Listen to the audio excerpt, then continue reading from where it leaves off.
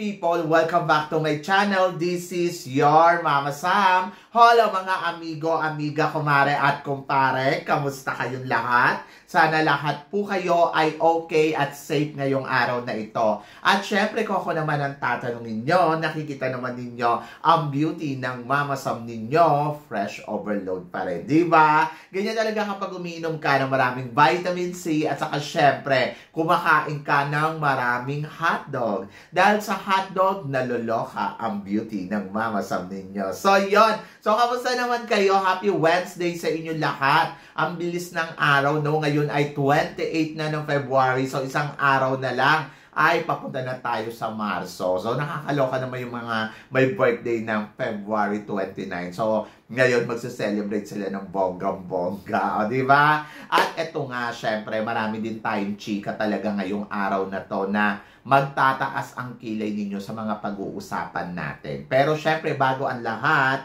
may chika muna ako sa inyo. So, kanina, si PE teacher dumabi sa akin. Tapos sabi niya, bili tayong KFC, sabi niya gano'n. Tapos sabi ko naman, oh sige.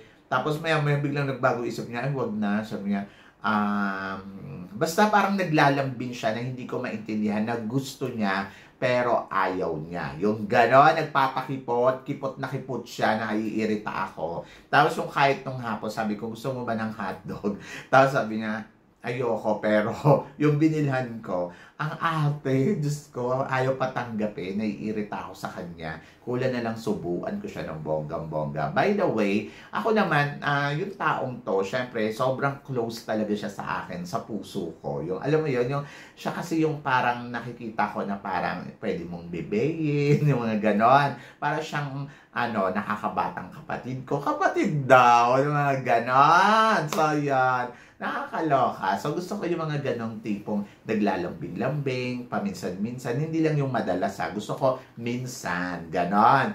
At eto nga, syempre gusto ko yung mag-shoutout muna sa inyong lahat at magpasalamat ng bonggang-bongga. Syempre maraming salamat sa lahat ng mga tumututok dito. Araw-araw, lagi-lagi. Mula sa aking puso, taos sa aking puso, ang aking pagpapasalamat sa pagmamahal na binibigay ninyo dito sa Mama Sam Vlog. Thank you so much. At sana huwag kayong bumitaw. Charot! So, yan. At syempre kay Christine Ann Perez na nagmamaganda lagi. At saka syempre sa aking best friend na si Rona LV. At saka syempre sa mga kaibigan ko na talagang loyal dito sa Mama Sam Vlog. Loves ko kayong lahat. So, yan. Dahil loves ko kayo, marami akong chika ngayon na talaga naman, oh my God, magtataas ang kilay ninyo sa mga pag-uusapan natin. Sisiguraduhin ko na spicy siya at talagang mag-iinit ang ulo ninyo. Charot! So, kaya guys, huwag na natin patagalin ang ating mga chika. Para sa unang chika, Mama Sam, anong masasabi mo kay Edimar Martinez kung sasali siya sa Miss Universe? Tingin mo, Mama Sam, mananalo kaya siya? Si Edimar Martinez, she is a Miss International noong 2015. Alam mo, sa totoo lang, ito, isa to sa mga paborito ko na Miss International talaga. Yung character, yung ganda, talagang masasabi ko, oh my God, talagang attitude kong attitude. So, gusto ko siya. Talagang isa siya sa mga gusto kong beauty queen from Venezuela. Actually, siya lang eh. Charot. So, yon. Gusto ko kasi yung kung paano siya magsalita, kung paano siya umatake, at kung gaano siya ka-sweet. As in, talagang sobrang gusto ko siya. I love the way she is. So, yan. At kung sasali siya sa Miss Universe, halimbawa, in the future, bigla niya maisipan sumali sa Miss Universe, piling ko naman hindi. But kung sakali lang, I think mananalo siya Miss Universe. Kasi iba talaga yung atake nito, panalo. At saka talagang the way kung paano talaga siya rumampa, umeksena, talagang winner. So, I love Edimar Martinez forever. At naniniwala ako sa kanya. At Siyempre, wala naman siyang planong sumali ng Miss International, ng Miss Universe, di ba? Kasi Miss International na siya. Parang feeling ko kontento na siya sa pagiging Miss International. So, yun. So, I love her. Sana may pageant pa siyang salihan talaga. So, ay nako, si Edmar Martinez. Gusto kong maging katulad niya. So, yan. At para naman sa sumunod natin, chika. So, Mama Sam, ano naman ang masasabi mo kay Maria Gigante? Tingin mo, Mama Sam, siya kaya ang mananalo ng Universal Woman ngayong taon na to? Oo. So, kinoronahan siya kahapon bilang Universal Woman Philippines. Tapos kumuda ang lola mo. Diyos ko, grabe. Kuda kung kuda. Matalino siya, no? Bakit hindi siya mag-Miss Universe? Kulang ba siya sa ganda? So, yun. Nakakaloka kasi. Pero, alam mo, sa totoo lang, parang feeling ko, may uuwi niya yung corona na to. So, sa March ang laban niya, sa next month, walang duda. Kasi grabe talaga, panalo ang kuda ng lola mo, ang tangkad pa ng lola mo, pero parang feeling ko hindi siya ganun kaganda. But sabi ko nga, sana sumali siya sa Miss Universe Philippines para, alam mo yon, yung pagiging makuda niya ay mapakinabangan ng bonggang-bongga. Kasi talagang panalo sa kudaan ng lola mo, magaling. At naniniwala ako na kaya niyang manalo ng Universal Woman International this year. So, yun yung abangan natin. So, yun. Congratulations. Ngayon pa lang at good luck. And then, Mama Sam, malapit na rin sa Sabax International Pageant si Krishnan Gravides. Mama Sam, tingin mo, corona kaya to? Si Krishnan Gravides na nag-aaral ngayon ng iba't ibang looks para sa kanyang laban sa Miss Charm. To be honest, wala akong duda dito kay Krishnan Gravides kasi yung beauty talaga ni Krishnan, Filipina beauty talaga. And I think maaaliw sa kanya yung mga international judges. So, naniniwala ako na kayang sumabay ni Krishnan Gravides. Pero sa kabilang banda, possible din kasi parang, alam mo yon na maeksinahan siya ng iba. Kaya nga dapat talaga mag-ingat lang si Krishnan Gravides. Pero kung sasabihin mo yung caliber na meron ang isang Krishnan Gravides, I think kaya niyang sumabay sa magiging kalaban niya dito sa Miss Charm. At ayun nga, pinaghahandaan niya na ng todo-todo. At ang tagal niya naghintay dito, inabot din ng taon. Nakakaloka. So, good luck talaga kay Krishnan Gravides. And I hope talaga maiuwi niya ang corona ng Miss Charm. Last year, si Annabelle McDonald, di ba nakita natin na talaga naman pack na pack. Kasi naman, ang ganda naman talaga din pala sa personal. So, I wish talaga na si Krishnan Gravides talaga ay kumabog ng bonggang-bongga sa Miss International, sa Miss Charm International. So, yon, Miss International tuloy. So, good luck, laban lang. So, pinarada nga sila, di ba, noong nakaraan. Ang ganda-gandahan ng lola mo. So, I wish all the best para sa kanya. At eto nga, syempre pumutok nga yung balita na si Kun An na sinabi niya na hindi daw totoo yung mga naglalabas ang video. Inedit lang daw yon para siraan siya, chumachenes at kung ano-ano pang mga eksena ni Kun An sa social media. So, maraming hindi naniniwala. So, isa na ako doon na parang, paikutin nyo talaga ang mga tao ng bonggang-bongga. So, ngayon, hypothetical question sa kanya. Kung talaga daw sincere sila sa sinasabi nila, di magpanalo sila doon sa mga sa mga binabanggit nila na gusto nila idagdag dito sa Miss Universe. At isa nga dito sa mga nakikita ko na pwede nilang ipanalo si Miss Venezuela na isang mother, single mom, di ba? So, totoo lang, caliber to. Ito ang perfect na kandidata para dito sa Miss Universe dahil talaga na makita naman natin yung laban niya sa Miss Venezuela. She's a very powerful at ang sexy, parang walang anak. And then, plus ang strong talaga niya, contender ngayon dito sa Miss Universe. So, matalino pa, magaling pa kumuda. And din ngayon, kung sinasabi ninyo na hindi totoo yung mga pinagsasabi ninyo o yung mga naglalabas ang video, edi panalo ninyo si Venezuela. Di ba? So, yun, nakakaloka kasi. Parang ang akin kasi, medyo napapraning ako sa mga pinaggagawa ni Kun An. Parang minsan, hindi niya talaga minsan naiisip ko ano yung sinasabi niya, banat lang siya ng banat.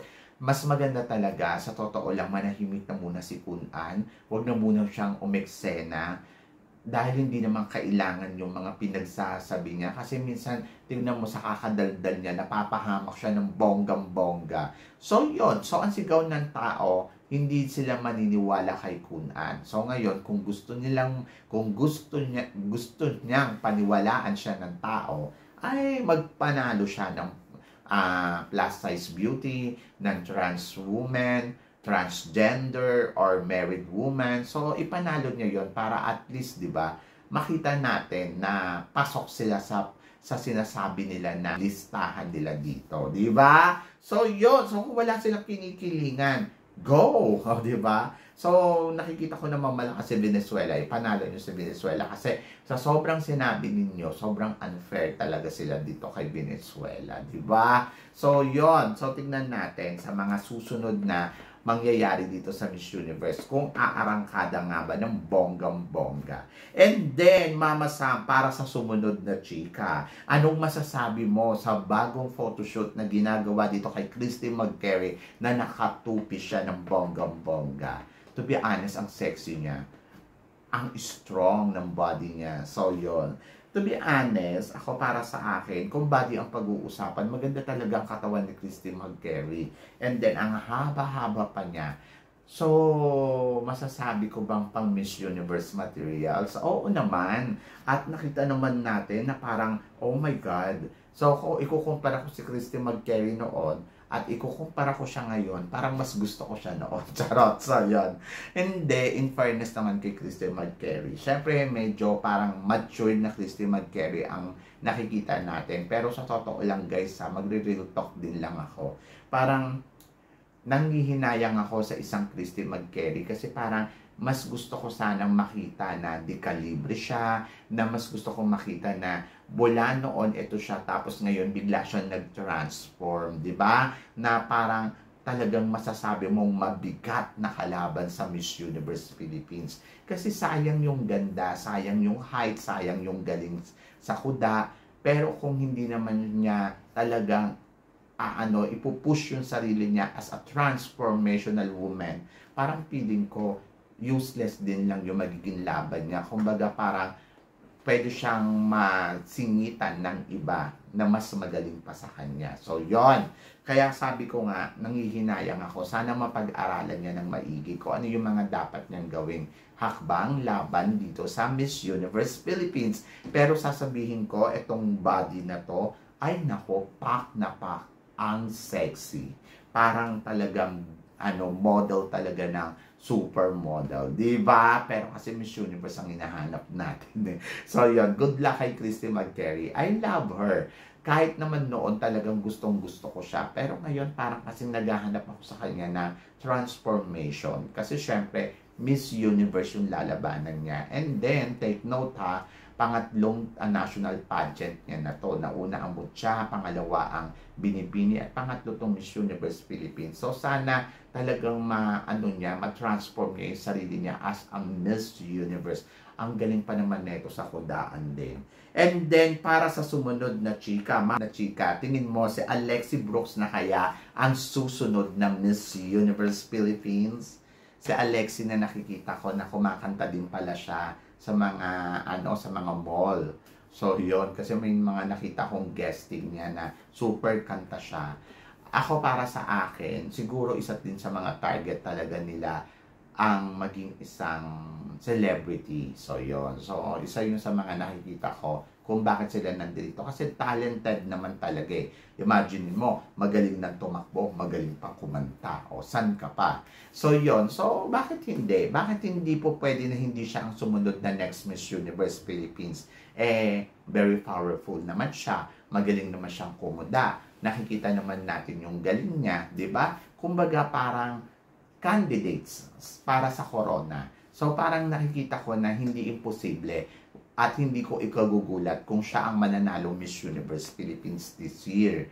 Kasi nakikita naman natin talagang yung gawa niya talagang panalo. So, ang akin, siguro hintayin lang natin talaga yung mga kung paano niya to e-eksenahan ng bonggang-bongga. Kasi syempre, hindi naman to track and field, di ba? Na pag tumakbo ka ng mabilis, ikaw na yung mananalo. So, kailangan din talaga dito ng extra effort na kailangan mo talaga mag-transform din as a candidates talaga. And then, ayun, makita natin na kung ano yung mga ilalatag niya talagang laban dito sa Miss Universe Philippines. Naniniwala naman ako na magaling ang isang Alexi. Sabi ko nga, abot to hanggang sa dulo ng competition eh. Kaya kung siya ang magiging next Miss Universe Philippines natin, of course, 100% naman ako susuporta sa ganda na meron etong si Alexi Brooks para sa kanya laban sa Miss Universe, di ba? So yun, naniniwala ako kasi kalibre. Yung kalibre niya, alam mo na talagang may ibubuga, alam mo talaga na may ilalaban. So yun. So in fairness naman sa kanya, naniniwala naman ako sa kakayahan niya. At nandoon talaga na masasabi mo sa naglalaban-laban ngayon dito sa Miss Universe, isa siya sa mga titignan mo at isa siya sa mga talagang aabangan mo. Kaya lang, syempre, marami din siyang makakalaban. Kailangan niyang pag-igihan, yung plano, kasi hindi to madali para kay Alexi na yung alam mo yun, yung parang sure na ikaw na ang mananalo. Hindi ganun eh. Sa ngayon, ang daming magaling. Andiyan dyan sila Taguig, andiyan dyan sila Atisa, na pwede talagang humarang sa pangarap niyang maging Miss Universe. But syempre, I wish all the best para sa mga taga Iloilo. And then, of course, good luck sa kanila na sana makuha niya talaga ang corona para sa Iloilo. So, pag nagkataon ito, yung ikalawang magiging Miss Universe Philippines from Iloilo. O, diba? So, sobrang galing talaga ng mga Ilongga. Ako, para sa akin naman, Diyos ko, subok naman yan. At nakita naman natin, si Rabia, nasa na si Rabia ngayon, diba? She's a celebrity. And then, I hope si Alexi in the future, ayun, magawa niya kung ano yung mga dapat niyang magawa para sa kanyang goal dito sa Miss Universe Philippines for 2024.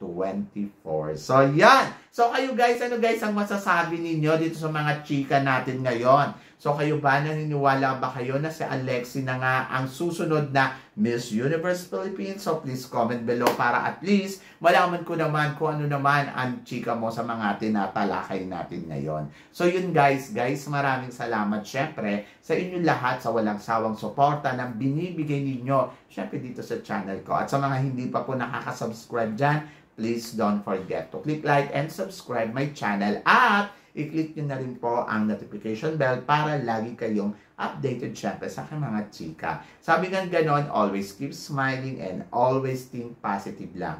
Walang imposible guys sa itaas, magtiwala tayo sa kanya. Kaya guys, hanggang dito na lang, hanggang sa muli nating chikahan! See you tomorrow. Thank you guys!